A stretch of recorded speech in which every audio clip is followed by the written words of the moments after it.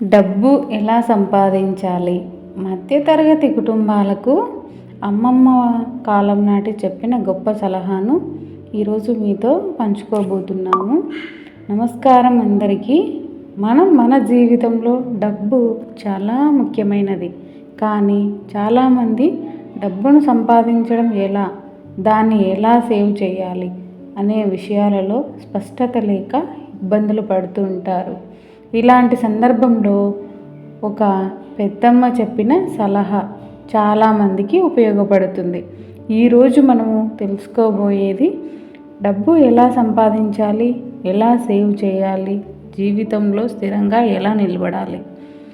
ముందు కాలంలో పెద్దలు ఒక మాట చెప్పేవారు, రూపాయి సంపాదించడం కష్టం, ఖర్చు చేయడం చాలా సులువు.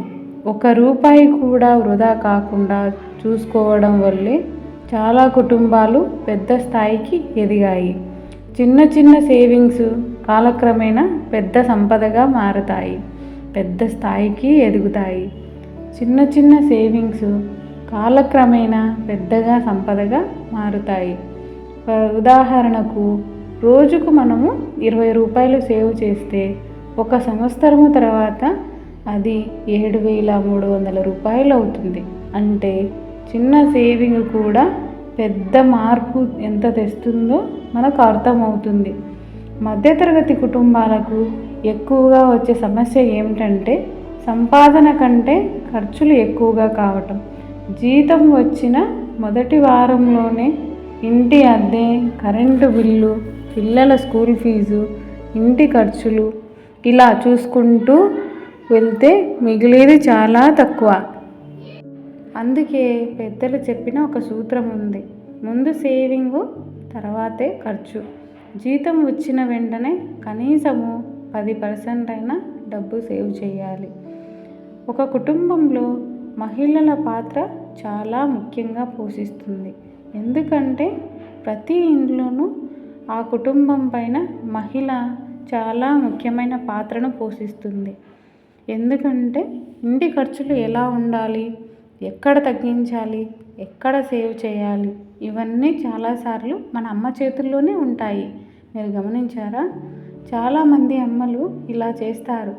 చిల్లర డబ్బులు సేవ్ చేస్తారు, కొంచెం కొంచెము బంగారం కూడా కొనుగోలు చేస్తుంటారు. చిట్ ఫండ్స్ లేదా సేవింగ్స్ స్కీమ్లో కూడా వేస్తుంటారు. ఇలా చేయడం వలన కుటుంబానికి అత్యవసరమైన అవసరమైనప్పుడు ఆ డబ్బు చాలా ఉపయోగపడుతుంది. ఇప్పుడు కాలక్రమేణా మారిపోతుంది. ఒక్క జీతంతోనే కుటుంబం అంతా నడవడం చాలా కష్టంగా ఉంటుంది. అందుకే అదనపు సంపాదన మార్గాలు కూడా ఉండాలి.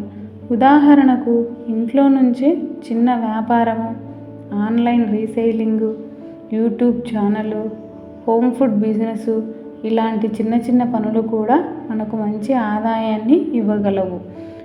కొన్ని మంచి అలవాట్లు ఉంటే డబ్బు సేవ్ చేయడం చాలా సులువండి. అవసరం లేని ఖర్చులను మనము తగ్గించుకోవాలి.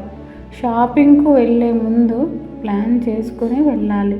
ప్రతి నెల సేవింగ్ తప్పనిసరిగా చేయాలి. అప్పులు కొద్దిగా తగ్గించుకోవాలి. భవిష్యత్తు కోసము కొంచెం పెట్టుబడులు పెట్టుకోవాలి.